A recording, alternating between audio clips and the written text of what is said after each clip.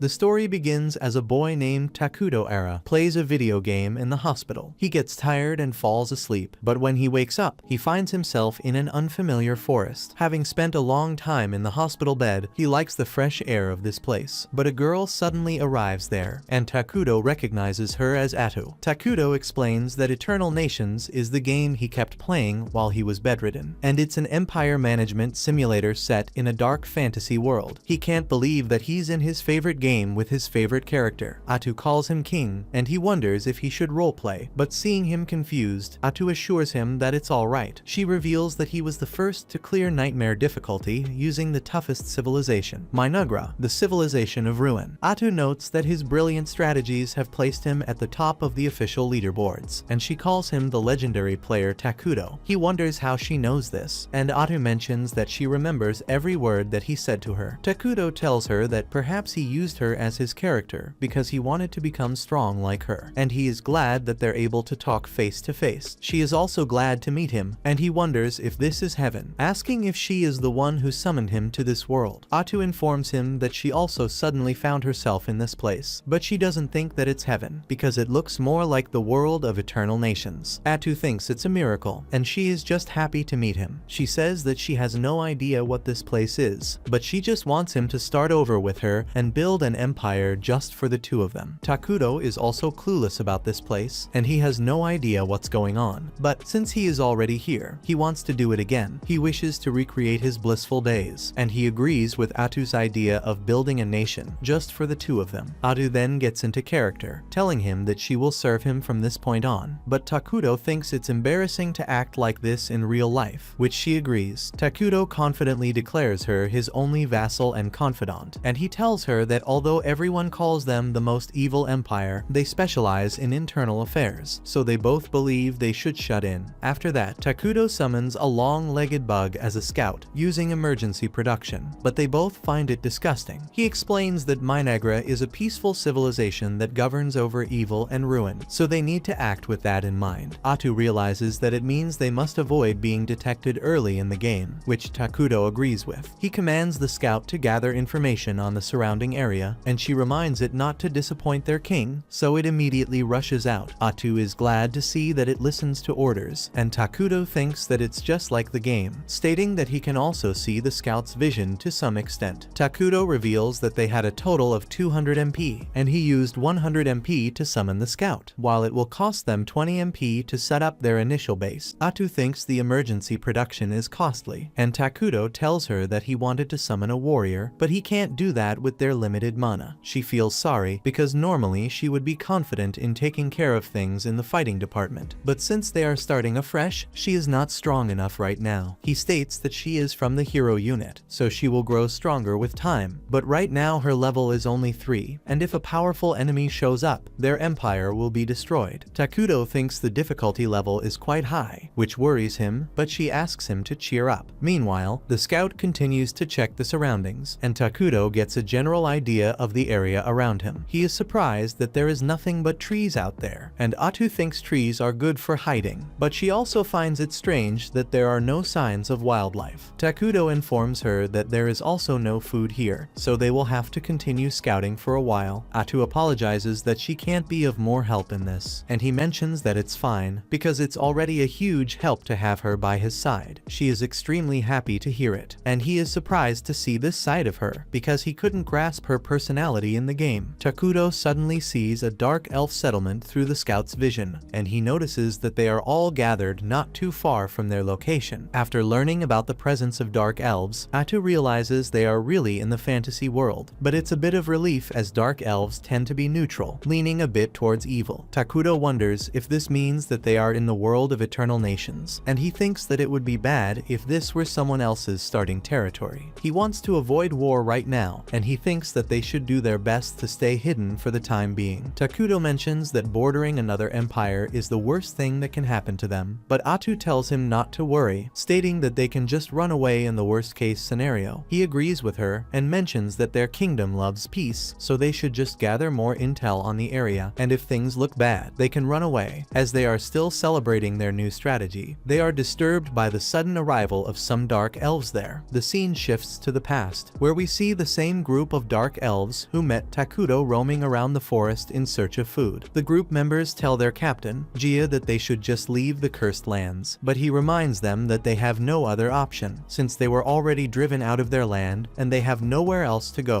He doubts that the children can endure this any longer, and he is sure that there must be food somewhere around here, as there is a lot of vegetation in this place. One of his team members named Emily explains that the lands are a sea of trees stretching across the edge of Idaragia's uncharted territory, and ancient texts say that something evil is sealed in these lands, which doesn't allow life to prosper here. Gia thinks this is just a superstition, and he mentions that the trees here are really dense, and he is sure that they can find something to eat. Gia states that they shouldn't give up hope, believing that the spirits of their ancestors are going to show them the way to overcome this trial. He agrees that this forest is unsettling, but he doesn't have the option to turn back for the sake of his people. Just then, he comes across Takuto, and he notices he is surrounded by darkness, which scares him as he believes Takuto is dangerous and pure evil. Gia thinks one wrong move and his entire race will be wiped out, so he decides to kneel before him. He introduces himself as Captain Gia of the Dark Elf's clan called Mazaram. He mentions that he can sense Takuto is a powerful and noble being, so he apologizes for trespassing on his lands. Atu is glad to see that they understand what it means to set foot here, and she wonders what made them break the taboo of coming there. Gia explains that their clan once resided in the central lands of Idaragia, but as he is blabbering about how he got there, Atu tells him that she doesn't have the time for this, asking him to cut to the chase and get straight to the point. He reveals that they were chased out of their lands, and they had nowhere else to go, so they came to this forest. Takuto asks them if they are hungry, which surprises Gia, but Atu tells him to answer, so he mentions that their persecution was so severe that they had to flee, leaving behind all their belongings. They ran out of food along the way, and they haven't eaten in days. He wonders why they have to endure cruelty like this, thinking that they have done nothing wrong and all they want is a safe place to live. Just then, Takuto summons some apples, and he tells them to eat, but it's the first time the elves are seeing apples, so Gia wonders if he should start eating immediately, but he thinks it might look offensive. However, he notices his teammates eating the fruits without any worries, and they seem to be enjoying it. Takuto gives them some pears as well, and Atu asks Gia to enjoy the food her master has given them, but Gia bows down, asking if he can take these fruits to the ones left behind, as there are children among them who haven't eaten for days. Takuto hears his plea and gives them more food, which shocks Atu as she doesn't like him wasting his powers like that. After seeing his kindness, Gia thinks about how the Dark Elves are a reviled race that fled from the light, and it was only through the mercy of the elves that they were even allowed to survive. They have endured so many difficulties, and they are forced to live in places untouched by light. He believes no one has ever reached out to them like this, and they all thank Takuto for his gift, thinking it all seems to be a miracle. Gia asks him who he is, but Takuto doesn't answer, and simply tells them that the food belongs to them now. Meanwhile, we see that the other Dark Elves are starving, clinging to the hope that Gia is going to bring them something to eat. Just then, Gia and his group arrive, and they can smell the delicious fruits, which they all happily share with each other. One of them asks Gia how he managed to get this much food, so he mentions that they just happened to run into it, not telling her about Takuto. At night, as everyone is sleeping, we see Gia standing guard, and the village chief named Molter joins him. He mentions that the fruits that Gia brought back were very special, and even in his long life, he has never seen fruits like those. Gia agrees, and the elder asks what really happened. So Gia explains that they met the being of legends in the forest. The one Emily mentioned was sealed away in the accursed lands. The elder is surprised that he met the King of Ruin, and Gia inquires if he has heard of him. So Molter notes that he knows a bit about him from the old texts and folktales. It is said that when the world becomes overpopulated, the King of Ruin will appear, and he will destroy everything in existence, returning the world to a clean slate. No one knows if this is true, but also no one can guarantee that it's false. He asks if the being named himself, but Gia states that it never did, but it did look as terrifying as the name suggests. The elder wonders if he spoke with the king, and Gia tells him about Atu, who conveyed the king's words to them. The elder is not sure if what he met was the King of Ruin, but whatever it was, it doesn't look good for their future. Molter explains that now that he has eaten and replenished his mana, he can feel that something is not right in this forest. He asks Gia what he gave in return for the food, so Gia tells him that the being asked for nothing, which surprises the old man, since no evil thing in this world gives something without taking something in return. Gia Jia says that they just answered some of his questions, and he believes the King of Ruin lent them a hand out of benevolence. The old man can't believe it, so Jia once again tells him that he believes the Great One pitied them and gave them aid, but it enrages Molter, since they only use the title of the Great One for those they respect. Jia believes Takuto deserves the title, since he saved their lives by offering those fruits, but Molter thinks he is under some sort of spell. However, Jia rejects the idea, reminding the old man of the king's blessings on them, which gave them the strength to argue. He asks Molter that under these circumstances, what was he supposed to do? And even Molter doesn't know the answer to this question, so he just tells Jia that he did well. He mentions that, since he is their tribe's chief, in the future, he will handle negotiations with the king, and he is sure his experience will prove useful. On the other hand, we see Atu scolding Takuto for wasting his mana for the Dark Elves, and he states that he just felt bad for them. She tells him that he can't waste his mana when they are just starting out as a civilization, but Takuto asks her to cheer up, stating that he will do whatever she wants. Atu mentions that she is not that angry for him to grant her such a pleasure, and he states that he simply can't do this without her. It melts her heart, and she forgets her anger, so she starts apologizing for her rudeness. Atu tells him to command her as he sees fit. Then Takuto remembers that he couldn't really talk well with the Dark Elves. She mentions how she thought he was role-playing as a powerful being and letting his vassals do all the talking. His eyes fill with tears as he realizes that he is just socially awkward, recalling that he didn't have many people to talk to in his previous world. Right then, the scout bug returns and tells Takuto that the elves are heading back to the area. Takuto is caught off guard by their return, but he figures it makes sense after all. He gave them more food than they could carry during their last visit. He assumes they're back to collect the rest. With neighboring cultures so different from his own, conflict feels inevitable. Takuto really just wants the elves to grab the food and leave. He could demand they stay out of the forest, but that would mean having to talk to someone besides Atu, and he's not eager for that. Atu notices that Takuto is clearly bothered by the situation, so she proposes a solution. She'll take over all the negotiations on his behalf. This way, Takuto can maintain the image of a respectable king, rather than revealing his awkwardness. He thinks the idea sounds great, but hesitantly asks if it's really alright for her to handle everything. Atu reassures him that she's more than happy to help, and has no issue being his voice. A short time later, Molter and Jia arrive and kneel before Takuto. Molter introduces himself as the leader of the Dark Elf tribe and expresses his sincere thanks to Takuto for supplying his people with the much-needed food. He asks for the name of their savior so he can offer proper gratitude. After a quick glance to get Takuto's confirmation, Atu proudly declares that they stand before the King of Ruin, Takuto era. Jia is shocked to discover that Takuto is truly the legendary King of Ruin, but they must remain polite. Molter expresses gratitude once more for Takuto's generosity. Takuto, relieved that the discussions have proceeded smoothly, sees no reason for tension with the elves. Atu, however, urges them to take the supplies and leave immediately. Jia and Molter are both taken aback. They had assumed the King of Ruin would demand a steep price for his help, so they hesitantly ask Atu if they're truly allowed to leave without giving anything in return. Atu points out that they have nothing worthwhile to offer anyway. Molter is uneasy about leaving the debt unsettled. Dealing with someone as powerful as the King of Ruin, the consequences could be dire, perhaps even their souls, but he keeps that fear to himself. Sensing the sudden rise in tension, Takuto pulls Atu aside for a private chat. Atu is clearly frustrated by how unyielding Molter is being, and she's convinced that if the elves are left to their own devices, they'll eventually become a problem. With that in mind, she bluntly suggests they eliminate all of them. But Takuto's real intention was to form a relationship that benefits both sides. He realized that Molter felt uneasy accepting help without giving anything in return, especially from someone with a title like the King of Ruin. So, Takuto proposes that they ask for a fair form of compensation to put Molter at ease. Atu agrees that it's a smart move and delivers Takuto's message to the elves. Molter visibly relaxes, though Atu is still trying to decide what kind of payment they should request. She looks to Takuto for guidance, and he suggests she inquire about the world beyond the forest. Following his lead, Atu informs Molter Molter that in exchange for their aid, he must share his knowledge of the outside world with Takuto. Molter agrees, but Atu makes it clear that once he fulfills this request, he and his group must depart the forest without delay. However, this would leave the elves homeless once more. Molter pleads with Takuto to let them remain in the forest, but Atu swiftly shuts him down, warning that if he values his life, he must never reveal Takuto's existence. Gia opens his mouth to argue, knowing the dark elves won't survive if exiled, but Molter stops him, unwilling to provoke Takuto's wrath. As Gia and Molter are leaving, Takuto hesitates. Watching them go, he questions whether this is truly fair. He never wanted to cause the elves hardship. Then, he has an idea. Before they can disappear, he calls after them with an unexpected offer. He asks if they're willing to become citizens of his nation. The elves are so shocked by the proposal that they're left speechless. Even Atu is caught off guard and quickly pulls Takuto aside for another private chat, asking why he would say something like that. Takuto explains that he was considering bringing the dark elves into their fold through the refugee system. Once he puts it that way, Atu starts to see the logic and admits it might actually be a solid plan. Dark elves aren't naturally aligned with good or evil, so they wouldn't clash with Takuto's evil-leaning kingdom. On top of that, in the game, the main population of Minagra consisted of homunculi, so Takuto turns to Atu and asks if she truly wants to live in a kingdom where those are the only beings around. Now that Atu supports the idea, she addresses Molter and Gia directly. If they swear loyalty to Minagra, they'll gain Takuto's protection. Molter asks for clarification. She states plainly that aligning with Minagra means the Dark Elves will henceforth be branded as evil. The choice to join Minagra is entirely theirs, but Atu assures them that if they do, it will at least be an interesting experience. Sometime later, Takuto and Atu head to the Dark Elf camp. As the elves have finally reached a decision, Atu is slightly annoyed that it took them so long, but Takuto isn't surprised after all. Atu had warned them that joining Minagra would mean being seen as evil. Eventually, they reach the Dark Elf camp, and as soon as they arrive, Molter declares to everyone that their new king has come. The elves immediately kneel and make way for Takuto as he approaches the throne they've prepared for him. Some of them are visibly frightened upon seeing him for the first time, while others look thrilled. However, those who get too close are quickly overwhelmed and faint from the intense dark energy radiating off of him. Gia quickly warns everyone not to look directly at Takuto, fearing he might take it as a sign of disrespect. But Takuto himself isn't bothered by it. After he takes his place on the throne and the Dark Elves are assembled, Takuto formally announces that, starting today, everyone present is now a citizen of Minagra. And just like that, the Dark Elves become his people. Gia had honestly expected something more dramatic, especially since Atu mentioned they would turn evil. Suddenly, a surge of intense hatred floods into his body as he remembers all the wrongs done to him and his people. The same thing happens to the rest of the Dark Elf tribe. As the painful memories of their persecution resurface, a sense of relief and hope washes over them. They're genuinely grateful and excited to have someone like Takuto on their side. A few days pass in the newly founded kingdom of Minagra, but things are going terribly for Takuto. As he examines the map Molter gave him, he grows increasingly irritated. This has to be the worst starting point. Noticing his frustration, Atu asks him what's bothering him. He points at the map and describes how, north of the forest, lies the holy kingdom of Qualia, devoted to the god Arlos, and the elven realm of Elna, which reveres nature, both strongly aligned with good. If either discovered the existence of the evil nation of Minagra, Takuto and Atu would be doomed. They'd stand no chance in a direct battle against such formidable nations. To make things even harder, this cursed forest has no usable resources at all, making the situation brutally unfair. However, they now have the Dark Elves on their side, which should help compensate for the kingdom's current shortcomings. Just then, Atu notices the elves approaching, and her expression brightens, likely because they're bringing important news. A short while later, Molter and Gia show up, this time bringing Emily along. Gia explains that Emily is incredibly smart and knowledgeable about the cultures of foreign nations, so he's confident she'll be a valuable asset for Takuto's plans. Takuto appreciates the extra support, but he quickly notices how nervous they all seem around him, so he has Atu reassure them that there's no need to be so formal. Moving forward, Atu lets them know that Takuto has made some decisions about how Minagra will be run. Starting today, Molter and Gia will be assigned to important roles. Molter will be in charge of managing the nation's affairs, and according to what Atu has heard, he's capable of using magic, so she's counting on him to deliver. Gia will be named the Supreme Military Commander of Minagra Tigris forces, with complete command over all troops. Deeply honored, he vows to mercilessly crush anyone who opposes Takuto without hesitation. Takuto is slightly unnerved by Jia's intense demeanor and has Atu clarify that he favors peace, ordering them to avoid unnecessary aggression unless provoked. Atu dismisses everyone for now, instructing them to rest up before they start building shelters in the forest. Molter thanks her for the thought and tries to boost his image by claiming that his expertise makes him far more valuable than a simple warrior like Jia, but Jia immediately fires back, arguing that an old man like Molter won't be much help with building anything anyway. Atu ignores their argument, sensing their enthusiasm to get to work. She turns to Takuto and asks if they should begin construction right away. He agrees, suggesting they start gathering materials, but carefully, without harming the forest. Atu approves of the idea and checks with Molter, who confirms it's feasible as long as they build the houses primarily from the larger trees. Takuto is glad to hear it's possible, so he tells them to get started as soon as they can, but reminds them to reforest as they go. The three are ready to begin, but they pause. They don't know what Takuto means by reforesting. Takuto is taken aback by this, surprised they're unfamiliar with the concept, especially since, based on what he's heard, the people of this world should have already unlocked the fortress building. Atu asks if they're at least familiar with military magic or the 6 great elements, but Molter admits he's only ever heard of 4 great elements. Emily adds that it's unlikely anyone from the other nations would know about military magic anyway. This leads Takuto and Atu to conclude that the people of this world are much less advanced than they expected. The Dark Elves' magic technology, in particular, falls far short of Takuto's standards. Still, if the rest of the world is on the same level, Takuto believes they won't have too much trouble catching up. Atu explains the concept of reforestation essentially. It means planting new trees to replace the ones that are cut down, helping to preserve the forest. However, since trees usually take decades to grow on their own, in this context, reforestation refers to a special method that uses magical elements to speed up the process. She claims it's a technique personally developed by Takuto. Of course, that's a complete lie, since Takuto didn't invent that. Emily gets really excited at the thought that Takuto holds such impressive knowledge. She wonders if he was the one behind the creation of the apples he shared with them. She also mentions that she planted some of the grape seeds, and they've already started to sprout. She's thrilled to see how they'll turn out, but as soon as she brings up planting grape seeds, both Takuto and Atu fall completely silent, realizing they hadn't even thought about doing that themselves. In this world, fruits such as grapes and apples don't naturally exist, but Takuto managed to produce them using his emergency production skill. If his theory is correct, the ability isn't restricted to just creating food. To test this, he tries summoning a coin, and it appears without issue, just as he hoped. This breakthrough means that as long as he has enough mana, he can generate anything from gunpowder to base metals, even oil, and it's clear just how insanely overpowered that makes him. The Holy Empire has received reports of a sinister force lurking in the forest. In response, the Holy Saint is dispatched to investigate, accompanied by a cardinal and a small group of knights. While the knights have heard tales of the saint's extraordinary abilities, she appears to them as nothing more than a normal girl. But when they come across a horde of goblins, she proves why she's held in such high regard by the church. According to the teachings of the god Arlos, vile creatures like goblins are considered a blight that must be purged. With a single motion of her staff, she incinerates them in a surge of divine fire, reducing them to ashes. The knights are left speechless by what they've just seen. The cardinal then explains that Selena's power is one of the key reasons the Empire has managed to uphold peace with the elves and repel the darkness threatening Idaragia. It's this very power that has earned her the title of one of the 7 great saints of the continent. Selena asks the cardinal if there have been any updates regarding the ominous presence she sensed in the accursed lands. However, the cardinal explains that he can't just deploy paladins to that region. In their country, expressing concern about the south is seen as absurd, and without a compelling reason, the central church would never authorize such an investigation. Selena informs the cardinal that if he refuses to dispatch any paladins, she'll investigate the matter herself. However, the cardinal forbids her, explaining that as a saint, her actions actions could damage the church's reputation. Seeing her determination, he reluctantly agrees to send some of his own soldiers to look into the situation. As he walks away, he is clearly annoyed by Selena's stubbornness. Meanwhile, over in Minagra, the Dark Elves have been diligently pushing forward with the construction work, and at last, the throne room is finished. Takuto is thrilled. No more sleeping under the stars, and with this milestone, his nation moves one step closer to conquering the world. Just then, Takuto's administrators arrive for their scheduled domestic affairs meeting. They bring good news: they've completed the design for the new outfit he requested. This lifts Takuto's spirits even more, as he was growing tired of wearing his pajamas all the time. Atu and the others are pleased to see how much Takuto loves his new outfit. But there are more urgent issues to address. They need to begin their meeting. However, Takuto is a bit preoccupied, still admiring his fresh look. Seeing this, Atu suggests they go ahead and start the meeting without him. First up, Molter turns to Atu and asks what buildings they should focus on next, since, aside from the throne room, not much else has been built. They've already taken care of the groundwork, clearing the area and trimming nearby branches. So Atu advises that they begin with a food production facility, as ensuring everyone has enough to eat is their most urgent concern. Molter questions why they even need to worry about food when Takuto can just create it with his powers. But Atu explains that they can't depend on him forever. What if he's not around one day? Molter concedes that she has a point. With that settled, Atu says it's time to get started and pulls out a strange-looking tree. Molter is shocked by what he sees and asks Atu what it is. She explains that it's a flesh tree. The name alone is unsettling, but the reality is even more disturbing. It's a strange tree that produces meat with a flavor identical to human flesh. Atu explains that this is just the first phase of their food production plan. But Molter, Gia, and Emily all agree that most people won't be eager to eat something that tastes like human flesh. Atu reassures them that they'll find other food sources in the future. In the meantime, they need a place to store the tree's meat, so Emily volunteers to build a storage facility. Next on their list is research, since they need cutting-edge technology to make rapid progress. Molter asks what type of tech they should focus on, and Atu tells him that magic-based technology is the key, especially magic designed for military use. Ordinary magic enables a person to strike a dozen or so enemies at a time, something Molter can already do. However, military magic is far more powerful, allowing attacks on thousands simultaneously and even altering the battlefield for strategic advantage. Molter is astonished to discover such magic exists and is eager to master it. Determined, he declares that he will oversee the research himself. The final item on the agenda is military planning, and Gia quickly volunteers to begin assembling an army. However, Takuto stops him, explaining that he doesn't want to invest heavily in the military just yet. Armies don't generate resources, they only use them up, and currently, Minagra lacks the resources to support one. On top of that, even if they did manage to form an army, they're still far too weak to win any real battles, making the effort meaningless for now. Gia objects, arguing that in their current state, they lack the means to defend Takuto if he were targeted. Besides, both Molter and Gia still have bounties on them as former leaders of the Dark Elf tribe, making them potential targets for hunters at any moment. Given the situation, Takuto agrees that ignoring defense would be unwise, but he still doesn't want to pour resources into building an entire army. Instead, he decides to create a hero. Atu supports the plan, saying it's a smart move. While a hero may be expensive to produce, it's much more manageable to support one individual than to sustain an entire military force. Molter and Gia are puzzled by Atu's mention of a hero, so they ask her to clarify. She explains that in Minagra, there are multiple heroes who serve the king, each incredibly strong with unique abilities, though their eccentric personalities can make them difficult to handle. Summoning a hero requires meeting certain conditions, but given their current progress, it shouldn't be long before they can call one forth. Additionally, summoning a hero won't attract much attention, allowing Minagra to stay concealed while gaining more power. That takes care of the immediate domestic issues for now. The well-being of Minagra's citizens is a top priority for Takuto after all. Their happiness directly fuels his mana supply. Meanwhile, in the Empire, the Paladin Lonius is deep in prayer inside the cathedral when his partner Paladin Verdal approaches to speak with him. Lonius asks him to keep his voice down, reminding him that it's a place of worship. Verdal, however, is just trying to strike up a friendly conversation, since they've both been assigned to the same investigation. It's nearly time for them to head out, so Lonius stands up and notices his wedding ring, which he's wearing as a good luck charm, a sign that he has a family waiting for him back home. Verdal asks about them, and Lonius replies that he has a wife named Marcia and a daughter named Mina. However, he adds that his personal life isn't relevant to their mission, and he doesn't intend to discuss it further. Lonius had heard that Verdal was rough around the edges and lacking in manners, and those rumors turned out to be true. But despite that, he doesn't seem like a bad person. In fact, his abilities are impressive enough to earn him respect as a paladin. When Verdal starts grumbling about being stuck with what he sees as a pointless mission, Lonius reminds him that they're actually investigating one of Saint Selena's revelations, so it's a task that deserves their full attention. Even so, Verdal finds it odd that such an underwhelming team was put together for something as important as a saint's revelation. He and Lonius are the only actual paladins assigned to the mission. The rest are just mercenaries brought in to make up the numbers. Things aren't exactly looking promising, especially with the mission taking them into the southern forest. Still, Verdal's main concern is finishing the job quickly so he can return home as soon as possible. Back in Minagra, construction is progressing smoothly, and the settlement is finally beginning to resemble a real civilization. The Dark Elves no longer seem disturbed by the presence of the flesh trees. Takudo is thrilled, as witnessing everything firsthand is an entirely different experience from what he was used to when playing the game. Emily gives Takudo a tour and points toward the neighborhood, where most of the houses are built among the treetops. She explains that because she's been prioritizing food production, she hasn't been able to devote much effort to the dwellings. Still, the flesh trees are developing well, meaning the food storage facility will likely be finished shortly. Meanwhile, Molter has been working on his magical research over at the Magic Institute he created, and most of the citizens who are talented in magic have joined in on his research. In addition, they also discovered a spring nearby, so they now have a secured water source. And at last, this building will serve as the public office where Minagra's administrative meetings will take place. Emily had hoped to make it a bit more elegant, but this was the best she could manage given the limited resources. Takudo is impressed by the initiative she's taking. She's doing a great job, and he's also happy to see the Dark Elves, who were near death when he first met them, now looking healthy and full of life. Emily is a little nervous since she can't tell what Takudo is thinking, so she asks if he is pleased with her work so far, and Takudo tells her she has done a great job. He says he is glad to have her as one of his citizens, and hearing such high praise from Takudo is the best thing Emily could have asked for, and she's so happy that she breaks down in tears. After pulling herself together, Emily takes Takudo to see the flesh tree farm, which has been developing well thanks to all the farming tools he supplied. Still, she's creeped out by the flesh trees and quickly changes the subject, saying she wants to show him a water source she discovered. She leads Takudo and Atu into the forest, but strangely, the surroundings look different than they did before. When they finally reach the spring, Emily is shocked to find that the water has turned pitch black. Molter and Gia arrive shortly after, having heard that Emily planned to build an aqueduct near the spring, but now that the water looks the way it does, they assume it's no longer usable. Just as everyone begins to lose hope, Atu speaks up and assures them that the water is still completely safe. She kneels down and takes a sip herself. The others are stunned that she would take such a bold risk, but she then urges them to take a deep breath. When they do, they're surprised to find that the air somehow feels fresher and cleaner than usual. This is one of the advantages of the malevolent nation of Minagra. Its influence corrupts the surrounding land, turning it into cursed terrain. This cursed ground provides small enhancements to evil-aligned creatures while weakening those who are neutral or good. So even though the water, air, and soil may appear ominous and toxic, they pose no harm to the evil citizens of Minagra. There's only one small issue. Having a cursed forest makes them stand out. That kind of defeats the purpose of staying under the radar. It's manageable for now, as long as the cursed area stays limited, but as Minagra grows, it'll be easier for enemies to spot them. That's why Gia and Molter believe it's time to begin building the army Gia talked about earlier. Still, Atu assures them there's no need to stress, since one hero alone is strong enough to deal with any threats in the early stages. Molter and Gia still don't fully understand what a hero is actually capable of. Atu could go into a detailed explanation about stats, but she figures it'll be faster to simply show them firsthand. Tentacles sprout from Atu's back, and in an instant, she uses them to slash down every tree nearby.